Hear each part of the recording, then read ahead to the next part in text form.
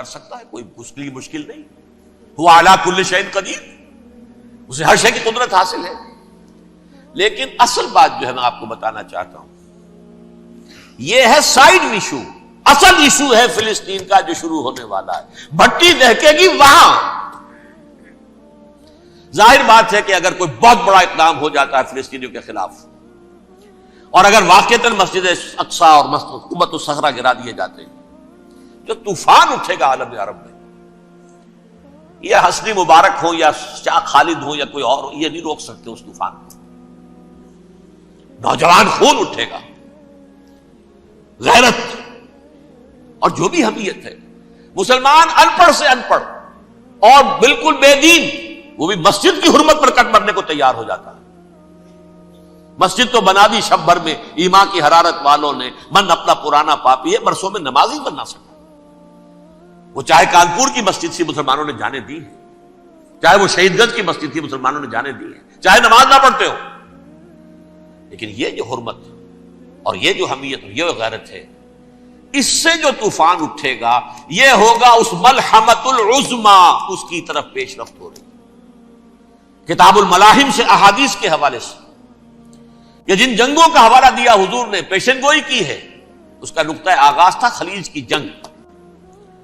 Saddam Hussein نے اسے کہا تھا یہ مدر آف وارز ہے، ام المحارب، یہ ایک جنگ نہیں ہے. اس کا نقشہ بھی حدیث میں موجود ہے، پیشن گوئی موجود تھی، اس وقت بھی ہم نے شائع کی تھی. لیکن اس میں جو جنگ اب ہونے والی وہ الملحمۃ العظما. ملحمہ کسے کہتے ہیں؟ لحم گوشت کو کہتے ہیں، اور قصائی کی دکان کو عربی میں ملحم کہتے ہیں، جہاں گوشت کے ٹکڑے کیے جاتے ہیں. آج کل مشینوں سے ہوتے ہیں، اب جو ہے وہ ہاتھ سے چھریوں سے نہیں ہوتے، لیکن ٹکڑے ہو رہے ہوتے ہیں، جسموں کے چیتھڑے اڑ رہے ہوتے. ملحمہ، یہی لفظ استعمال کیا تھا حضرت سعد ابن عبادہ نے رضی اللہ تعالی عنہ یوم فتح مکہ. ان کے دل میں تھا کہ اب ہم انتقام لیں گے ان عربوں سے، ان قریش سے. الیوم یوم الملحمہ، الیوم یوم الملحمہ، یہ کہتے ہوئے جا رہے تھے. ایک خاص کیفیت، آج ہے گوشت کے ٹکڑے اڑانے کا دن. حضور سے کہا کسی نے جا کر کے صاحب تو یہ کہہ رہے ہیں الیوم یوم الملحمہ، الیوم یوم الملحمہ.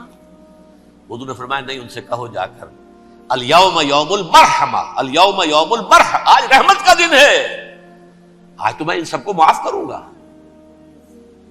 لا تثریب علیکم اليوم، میں تم سے وہی بات کہہ رہا ہوں جو میرے بھائی یوسف نے کہی تھی اپنے بھائیوں سے، اذهبوا فانتم الطلقاء، جاؤ تم سب کے سب آزاد. وہ ملحمہ ہے جس کو کہ حضور نے حضرت معاذ بن جبل رضی اللہ تعالی عنہ کی روایت ہے، اس میں سے جو ابو داؤد میں روایت آئی ہے اس میں الملحمۃ العظما، عظما مؤنث ہے اعظم کا. آپ کہتے ہیں جنگ عظیم اول، جنگ عظیم دوم، عظیم کا باپ ہو گیا اعظم، سب سے بڑا، اور اس کا مؤنث ہے سب سے بڑی، عظما. الملحمۃ العظما، سب سے بڑی لڑائی. میرے نزدیک یہ وار کے معنی میں نہیں ہے، بیٹل کے معنی میں. انگریزی میں یہ دو لفظ علیحدہ ہے، وار، بیٹل. وار سالوں کو محیط ہوتی ہے، بیٹل کسی ایک خاص جگہ پر جو لڑائی ہوتی ہے اس کو کہتے ہیں. حضور کے اور قریش کے درمیان 6 سالہ وار تھی، جنگ تھی. لیکن battles, battle of Uhud, battle of Badr, یہ بیٹلز تھی، لڑائیاں تھی. تو عظیم ترین جنگ شاید اس اعتبار سے نہ ہو جیسے کہ ورلڈ وار 1 اور ورلڈ وار 2، یعنی اس کی وسعت کا اتنا معاملہ نہیں اور طوالت کا نہیں. لیکن جو لڑائی جو ہے بیٹل ہونی ہے، جس کو کہ یہ لوگ، یا چونکہ میں نے کہا تھا شروع میں کہ سرما ہے میری آنکھ کا خاک حجاز و حول قدس، نیو ٹیسٹمنٹ کی آخری کتاب ہے the book of revelation, revelation of saint John. اس میں آرمگڈون کہا گیا ہے اسے. ہر مجدون، یہ عبرانی لفظ ہے، ہر کہتے ہیں اونچی جگہ کو، سطح مرتفع. مجدون میگیڈو، میگیڈو ایک وادی ہے، مرتفع، وادی مرتفع. یہ ہے واقع لبنان، اسرائیل اور شام کے درمیان جو ٹکڑا، جو ٹرائنگل بنتی ہے، یہ ہے، یہاں پر بڑی جنگ لڑی جائے گی. اور یہ جنگ جنگ صلیب ہوگی، جو کہا ہے بش نے، یہ جنگ صلیب. 2nd ملینیم شروع ہوئی تھی تو پہلی صلیبی جنگ ہوئی تھی، 3rd ملینیم شروع ہوا ہے، یہ 2nd صلیبی جنگ ہے، یہ کروسیڈ ہے.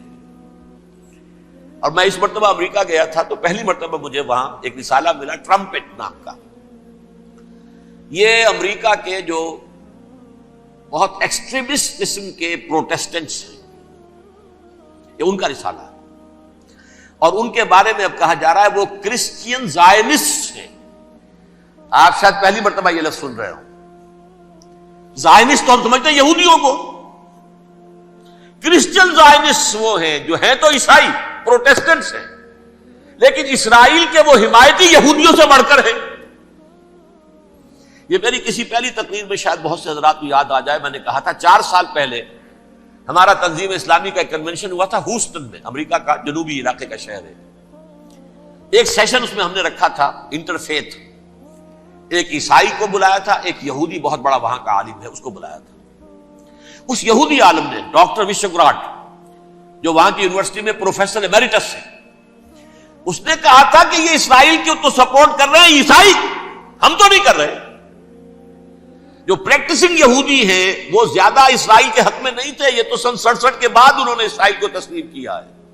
وہ تو منتظر تھے کہ ہمارا مسیحا آئے گا تو اس کی قیادت میں جنگ کریں گے، جیسے شیعہ منتظر تھے کہ مہدی موعود آئیں گے تو پھر ہم کچھ کریں گے.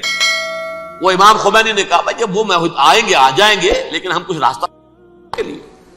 زائنسٹ نے آگے بڑھ کر ریاست قائم کر لی، اور جب یروشلم پر بھی پورا قبضہ کر لیا تب جو ہے در حقیقت مذہبی یہودی جو ہے پھر انہوں نے اپنایا ہے، اون کیا ہے، اور نئے سیٹلمنٹس جو بھی بنے ہیں وہاں پر اسرائیل میں، اس میں اکثر و بیشتر مذہبی یہودی آیا، اور بروکلن کے علاقے سے سب سے بڑھ کر آئے ہیں، جو امریکہ میں نیو یارک کا ایک جنوبی علاقہ ہے، بہت بڑا یہودیوں کا بہت بڑا گڑھ ہے.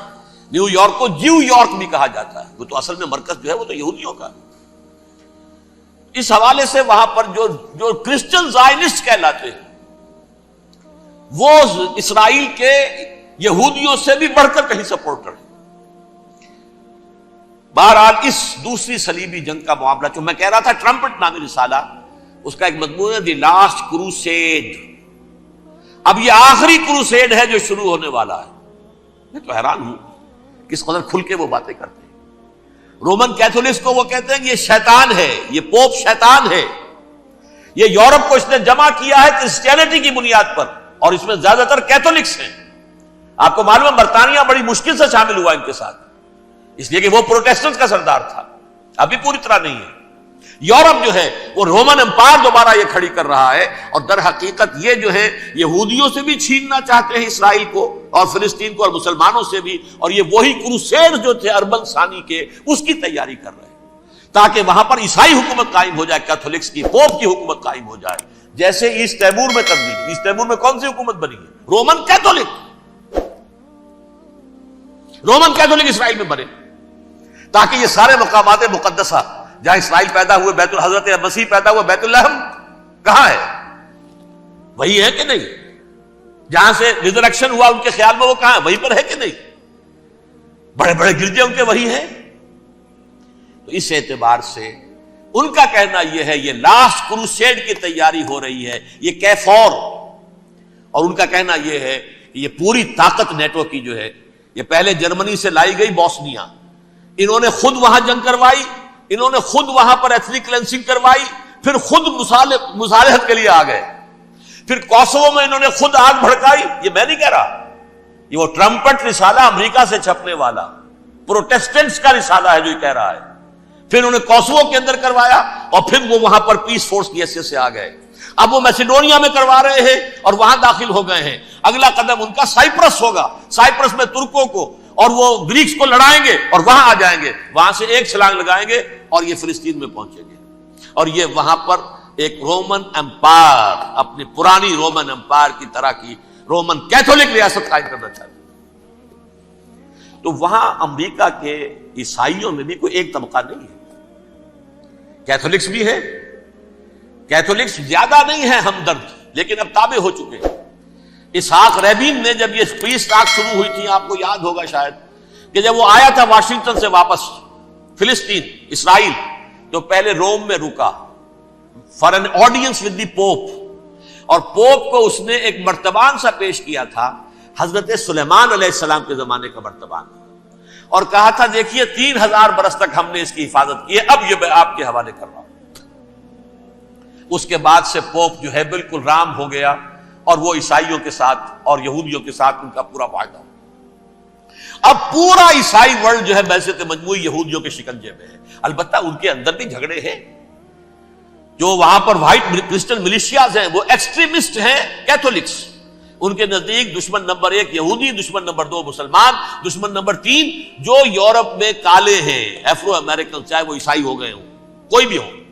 یہ 3 دشمن ہیں جن سے انہوں نے کلینز کرنا ہے، صاف کرنا ہے ان کے خیال کے مطابق امریکہ کی سوسائٹی کو. اولاً یہود، پھر مسلمان، اور پھر یہ جو کالے ہیں. لیکن دوسری طرف پروٹیسٹنٹس کے اندر ایکسٹریمسٹ وہ ہیں جنہیں کہا جا رہا ہے یہ کرسچین زائنسٹ ہیں، یہ اسرائیل سے بڑھ کر سپورٹرز ہیں. بہرحال یہ اب جنگ ہوگی، اس کا نتیجہ کیا نکلے گا یہ تو اللہ ہی جانتا ہے. اب میں آخری بات کی طرف آ رہا ہوں. آخری نتیجہ تو جو بھی کچھ اپس اینڈ ڈاؤنز آئیں گے. تلک الایام نداولھا بین الناس. آخری نتیجہ ڈراپ سین وہ یہ ہوگا کہ اللہ کے دین کا بول بالا ہوگا اور پوری دنیا پر محمد کے لائے ہوئے دین صلی اللہ علیہ وسلم کی حکومت قائم ہوگی. وہ گویا قیامت کی تمہید ہوگی، اس کے بعد بس قیامت آئے گی. کیونکہ مقصد کائنات، تخلیق کائنات پورا ہو جائے گا. پوری مخلوقات کے اندر مقصد تخلیق، کلائمیکس آف کریشن محمد الرسول اللہ صلی اللہ علیہ وسلم. دین کی تکمیل محمد الرسول اللہ صلی اللہ علیہ وسلم. اور اس خلافت عرضی کے لیے جو حضرت آدم کو خلافت دی گئی تھی، جب اس میں وہ خلافت پوری دنیا پر قائم ہو جائے گی اس کا مقصد پورا ہو جائے گا. And that will be the beginning of the end. اس کے بعد قیامت ہے. آخری نتیجہ تو یہ نکلنا ہے. اس سے پہلے سزائیں ہمیں بھی مل رہی ہیں. اور یہاں میں کانٹے کی بات جو چھوڑ گیا تھا اس کو بیان کر دوں. اللہ نے اس مغضوب علیہم قوم کو، اس ملعون قوم کو کیوں اب تک چھوٹ دیے رکھی؟ میں بتا چکا ہوں یہ بڑے عذاب کے مستحق ہو چکے تھے حضرت عیسیٰ علیہ السلام کے زمانے میں. چھوٹ دی ہے، ابھی تک ہے. بلکہ ایک مرتبہ ابھارا ہے. 1900 برس کے بعد ابھرے ہیں یہ. بالفور ڈیکلریشن 1917، سن 70 عیسوی کے بعد، تقریباً 1900 برس، 1850 برس تو ہے کم سے کم. پھر creation of Israel 1948، 1967 extension of Israel, یروشلم پر قبضہ. یہ سارا جو ہے کیوں ہے؟ اللہ تعالیٰ اس خیر امت محمد صلی اللہ علیہ وسلم، اس کے بہترین حصے کو سزا ان ملعونوں کے ہاتھوں دے رہا ہے. کیوں؟ جو جرم انہوں نے کیا تھا وہی ہم نے کیا. انہوں نے اللہ کی کتاب کو پیٹھ کے پیچھے پھینکا. نبذ فریق من الذین اوتوا الکتاب کتاب اللہ وراء ظہورہم. ہم نے اپنی پیٹھوں کے پیچھے پھینکا کہ نہیں؟ کولونیل رول سے آزاد ہوئے، کہیں اسلامی قانون نافذ کیا، کہیں اسلامی نظام قائم کیا. تو جو جرم ان کا تھا وہی ہمارا ہے. اور ہم خیر امت ہیں، اور ہمارے میں سے خیر ترین عرب ہے. ان پر اللہ کا فضل، ان کی مادری زبان میں اللہ کی کتاب موجود ہے. پھر انہوں نے اللہ کے دین کو پیٹھ دکھائی. جو ملک آزاد ہوا کولونیل رول سے، یا اس نے قبلہ کر لیا اپنا ماسکو کی طرف یا کر لیا واشنگٹن کی طرف. کسی نے مکے کو قبلہ بنایا. یہ بدترین سزا ہے. ویل للعرب من شر قد اقترب. اور ترمذی شریف میں تو یہاں تک روایت ہے، من اقتراب الساعۃ ہلاک العرب. قیامت کے قرب کی ایک نشانی یہ بھی ہوگی کہ عرب ہلاک ہو جائے. ایک حدیث میں الفاظ آتے ہیں کہ حضور نے جب کہا یہ ہوگا یہ ہوگا یہ ہوگا، یہ بربادی آئے گی، تو کسی زوجہ محترمہ نام میں بھول رہا ہوں، انہوں نے پوچھا کہ عرب اس دن کہاں ہوں گے؟ فرمایا العرب یومئذ قلیل. بہت کم. آخری خاتمہ ہونا ہے یہود کا حضرت مسیح علیہ السلام کے ہاتھوں. وہ عذاب جو 2000 برس تک ان سے ٹلا رہا وہ آئے گا اور ان کے رسول ہی کے ہاتھوں آئے گا. لیکن اس سے پہلے مسلمانوں پر یہ عذاب آ رہا ہے، ہولوکاسٹ کے درجے کا عذاب آ رہا ہے. البتہ ہم پاکستانی اس میں یوں سمجھ لیجئے کہ وہ تو خبریں موجود ہیں احادیث میں، وہاں تو جو ہونا ہے. اتنے انسان مریں گے کہ ایک پرندہ جو ہے اڑتا چلا جائے گا، وہ نہیں چاہے گا کہ نیچے اترے تو کسی لاش پر اترے، اسے جگہ نہیں ملے گی زمین خالی کر کہیں اتر سکے، تھک ہار کر گرے گا، مرے گا تو بھی لاش کے اوپر گرے گا. یہ الفاظ ہیں حضور صلی اللہ علیہ وسلم. الملحمۃ العظمی الملحمۃ الکبریٰ، یہ لاسٹ کروسیڈ. ٹرمپٹ اخبار نے، میں اس کا فوٹو اسٹیٹ بھی کبھی آپ کو دکھا دوں، ویسے میرے ساتھ ہے وہ رسالہ ٹرمپٹ، دی لاسٹ کروسیڈ، اس کی تیاری ہو رہی ہے. وہ الملحمۃ العظمی اور ملحمۃ الکبریٰ جو ہے وہ آنے والی ہے. ابن ماجہ میں کبریٰ کہا ہے، اکبر کا مؤنث کبریٰ. ملحمہ کبریٰ سب سے بڑی جنگ اور ملحمہ عظمی سب سے عظیم جنگ.